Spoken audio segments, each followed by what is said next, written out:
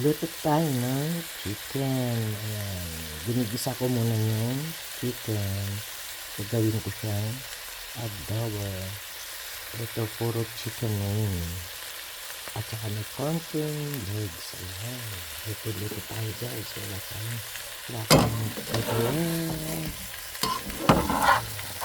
Bored ako kaya luto muna.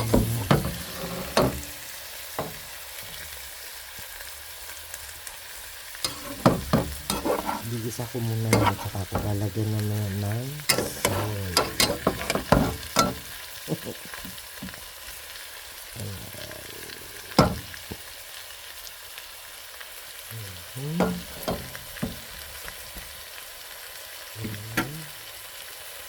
Wala rin na luto to.